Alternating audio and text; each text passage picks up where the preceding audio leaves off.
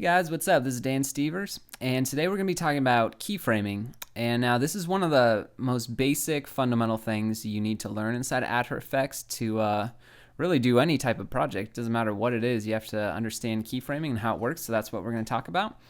We're going to talk about the different types of keyframes that there are, and we're also going to talk about different types of interpolation. And that word might not mean much to you right now, but hopefully it will at the end of this tutorial. So let's just get started here. We're going to go and make a new composition inside of After Effects. Mine is 640 by 360 at 24 frames a second there, and we're going to make it 4 seconds long. Alright, we're going to make a new solid here, so we got something to play with. 360 by 360 is good. Click OK. Now we're going to go up to this mask tool right here, and I'm going to select the ellipse tool here, and then I'm going to double click on the ellipse. And what that's going to do is it's going to make a perfect circle inside of that square.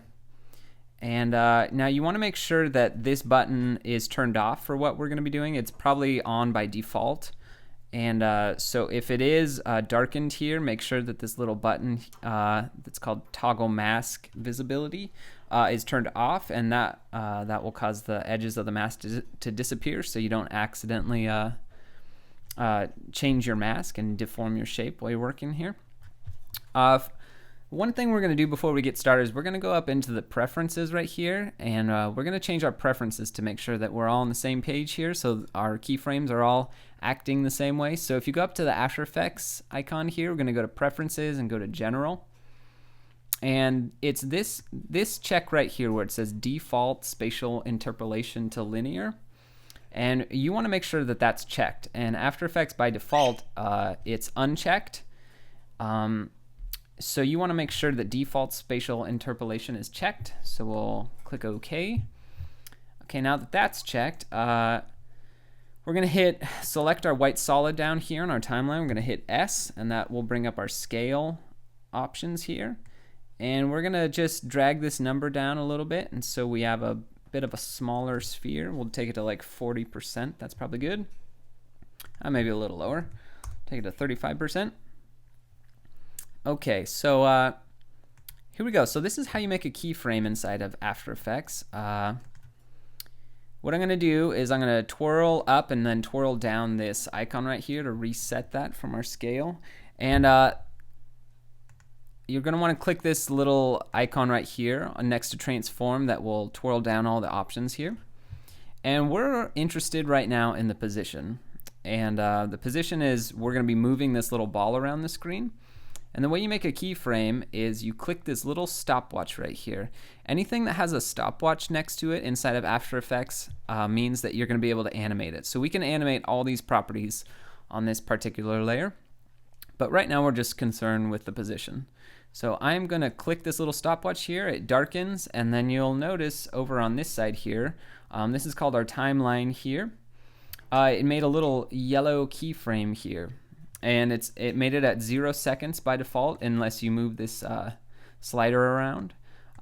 You can move the slider around, and you can make keyframes wherever you want. Wherever you click that stopwatch is where it's going to make the keyframe on here. So now that we have our keyframe made here, we're going to take the cursor here. We're going to drag it to actually, let's go back to this starting keyframe here, and we're going to move our sphere over. So if you come up here and you grab the sphere, you want to make sure that your selection tool is picked up here in the top left. It should be by default. We're going to go all the way to the left side of this and of the timeline. We're going to move our ball over. And if you hold Shift while you're moving the ball, it will move it perfectly horizontal or vertical, depending on which way you're going. Okay, now that we've got that set there, we're going to go to 1 second. And I'm going to do the same thing. I'm going to drag the sphere and hold Shift. And this time you'll notice that it's creating a line right here. And this is interpolating from our first keyframe to our second keyframe. So if I take this the cursor right here and scrub it back, you'll see that it's now animating between those 2 points, which is pretty cool. So let's do another keyframe. And you notice that once the stopwatch is selected there, anytime we move the ball on the timeline here, it's going to make another keyframe. So if I do this and then do that and then move it over and then move another one, it's automatically making keyframes at all these points that I created along the way. You can also delete your keyframes. I'm going to go ahead and delete these 3 that I just made. So delete that. Now we're back to these 2 keyframes here. So I'm going to go to 2 seconds right here, and I'm going to drag it over holding shift and move it over to the side here. And now we've got what we're going to be playing around with. If we want to go ahead and see our animation, we're going to go up to this preview tab over here on the right. And what we're concerned with is this little button on the far right that's called RAM Preview. And so if we click that, it'll do a RAM preview, and then it'll play our animation back for us, and it'll loop it for us so we can watch it over and over and over again. And you'll notice that the bar up here turned green, and that means that our timeline has been rendered. If I go ahead and drag it over here and if I take like the middle keyframe here and I move that, you'll see that the green disappeared, which means it's not rendered anymore. If I hit Command Z, that undoes it. That undoes that action I just did. You can also go up to Edit and Undo Change Value at any time if you want to. So we got our 3 keyframes here. And you can also grab the work area end here. And what this little guy here does is it sets the in and out point for the animation. So now if I bring it all the way to 2, and here's a quick tip about moving this. If you hold shift while you're grabbing the end time or the work area end bar here, if you hold shift, you'll see it snap to keyframes when you're moving along, which is really helpful when you're working with a lot of keyframes, so that you don't have to zoom into the keyframe and try and line it up, but holding shift just makes it snap. So we're going to hold shift and snap it to our last keyframe there. So now when we RAM preview, it's only gonna play this section right here that we've defined. You can also grab the beginning bar, and you can do the same thing, hold shift, and you can set the in point to it too. So those are really good. So you're making sure that you're not rendering and having to watch empty space like we have here. Okay, so now that we've got that defined, let's talk about different types of keyframes. The first and one of the most important keyframes in After Effects it's called the Easy Ease keyframe. And so I'm going to select this middle keyframe here of our position. I'm going to right click on the keyframe, and I'm going to go to Keyframe Assistant down here. And now I'm interested in this one here called Easy Ease. So I'll select that one, and you'll notice our keyframe, the icon changed right here, and that means that this is now an Easy Ease keyframe rather than the default keyframe. So let's go ahead and click our RAM Preview button, and we'll see how this has changed. So you'll notice your animation looks different now. What it's doing right now is it's easing in to this middle keyframe, and it's also easing out. So it's slowing down to go into it, and then it's slowing out of it. And that's what the Easy Ease keyframe does, is that it slows it down as it gets to the keyframe, and then it slows it down as it leaves the keyframe. So it comes to a complete stop in the middle and slows down on both the front and back ends of the keyframe. We can go ahead and do the same thing to our other keyframes here. So if I select this one and then I hold shift and select the other one and do the same thing and right click and go to Keyframe Assistant and Easy Ease. You'll also notice that we can also hit F9 to get the Easy Ease keyframe option there. So that's a good tip when you're working, is just select your keyframes and hit F9 That'll make them easy ease. So now all 3 of our keyframes are easy eased. So now what it's doing is it's easing out of our first keyframe, easing into our middle, and then easing out of our middle, and then easing into our third. So it's kind of scooting between all 3. And by the way, that's Lily, my cockatiel. She's saying hi. So those are the easy ease keyframes there. They're really nice at getting nice, natural, organic looking movement inside of After Effects. Let's talk about a different type of keyframe now. I'm going to select all of our keyframes here. I'm going to delete them. And I'm going to go back to 0 here, drag our marker back to 0. And I'm going to move this ball over to the left here. We're going to do the same thing before. We're going to hit the stopwatch on P to set a keyframe. We'll go to, let's go to 1 second. And I'm going to hold Shift, and I'm going to move it over just, not too far, just like an inch or so. Now I'm going to go to,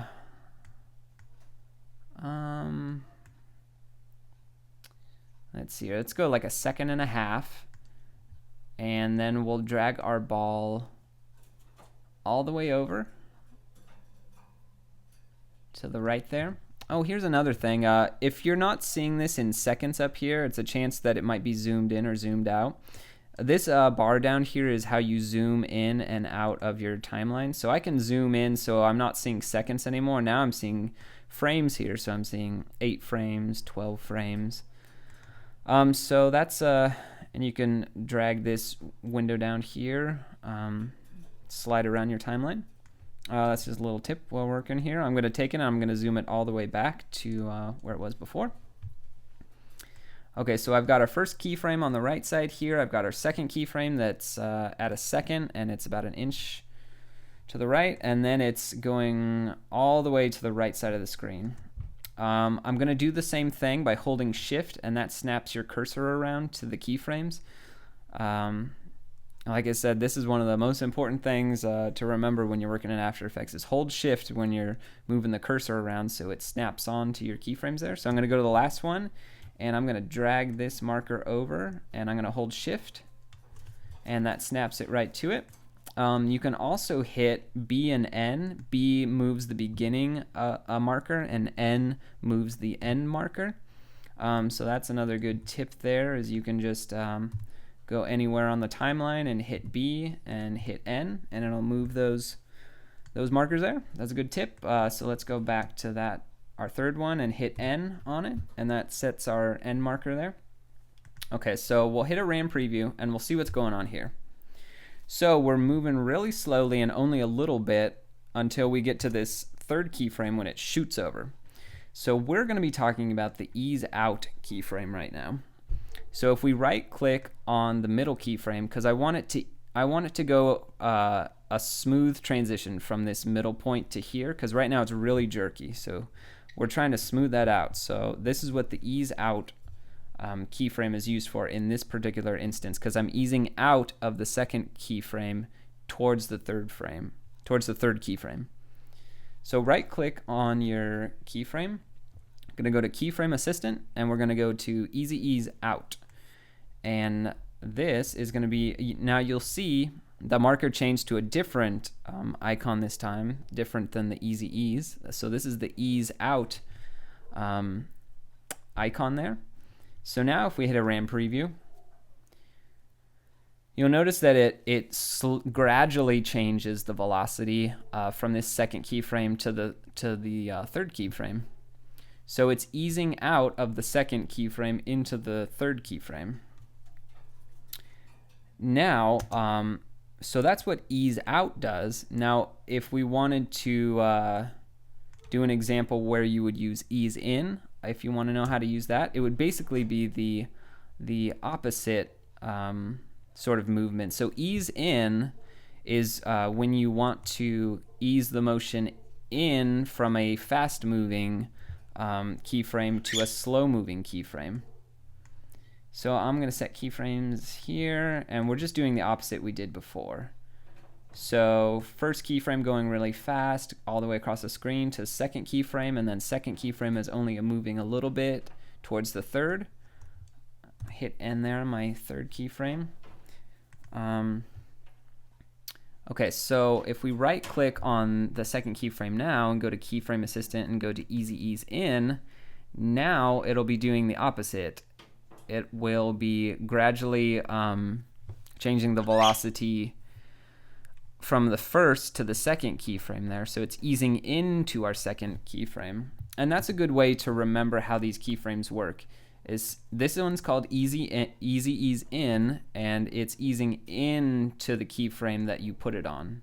So it's easing into that keyframe, and if you wanted it to do out, then it would be the opposite of this. It would be easing out of the keyframe that you put it on. So there you go. Those are the three major keyframes inside of After Effects. Let's try something different now. Let's talk about interpolation. So we'll delete our keyframes there, and I'm going to shrink our white solid here a little bit. So I'm going to go to our scale option. I'll maybe make it 25. And we'll set a keyframe on 0 for the position. We'll change our end marker back to 4. Now I'll go to 1 second here, and I'm going to move it up. And I'll go to 2 seconds here, and I'm going to move it down. So we're going to be making a little zigzag pattern. Go to 3 and move it back there. And I'll go to 4 and, oh, I don't know, there, that's fine. Okay, so now we've got this zigzag pattern that our ball is doing. And we're going to be talking about interpolation. So right now it's set to linear interpolation, and interpolation is how it reads the space between this particular keyframe and this particular keyframe. So by default, well, it's actually not by default, but we changed that at the start there in our preferences to make sure that it was set to linear. So right there, default spatial interpolation to linear. So this is a linear. Now, if you wanted it to make smooth curves around as it's going, make more of an S shape rather than like a zigzag shape here, that's going to be called Bezier interpolation. And so I am going to want to do this to all of them. So I'm going to select all of my keyframes there. I'm going to right click on it, and I'm going to go to Keyframe Interpolation, and I'm going to select that. And we are going to be looking at Spatial Interpolation because it's the space between the keyframes that we're looking at. Right now it's set to linear because we set it to that. But I'm going to set it to Bezier right now, and we'll see the difference. So once we confirm that, you'll notice that all of our lines here turned into kind of S shapes here. And now if we play this, now it's making a little bit more of a smooth curve around the edges rather than hard angles. And that's what the Bezier does there. And we can adjust our Bezier points right there if we have them selected like this. And we go up to the pen tool up here. If you select this pen tool icon, you can go down to Convert Vertex tool here. And now if I click on the keyframes here, if I click on a keyframe, it allows me to make a new path for it. So I can grab these handles and I can make whatever sort of curve I want, whatever sort of crazy curve I feel like. So I'll just drag it out, make a nice curve. I'm going to do the same thing here. I'm going to grab this point here and I'm going to make it a nice loopy curve there. Do the same thing there. Oh, you know what? I realized you only want to have you don't want to have the keyframe selected because every time I was clicking on one, it was doing it to all of them. So you might need to deselect all of your keyframes there and then click on your layer. And now we'll do the same thing there. We just had them all selected before, so it was doing it to all of them. So now that we've deselected them and now we're re-clicking on these handles here, we're going to draw a nice curve there. So now we got this wild curve there. And it only took 5 keyframes to get this nice curving motion to the to this ball here. So that's the Bezier interpolation, and it's really nice when you need to do a nice curve. Bezier is what you're gonna want. Now you don't necessarily have to go. You don't have to right click on this and go to key interpolation and do it that way. All you have to do actually is just select the pen tool and go down to your convert vertex tool. And if I click once on all of these keyframes, it resets them back to the default linear interpolation. So rather than right-clicking and go to the interpolation, all I have to do is grab the Convert Vertex tool and drag it on my linear keyframe, and it'll convert it into a Bezier keyframe. So there you go. That's the quick way to do it. Is just with the Convert Vertex tool.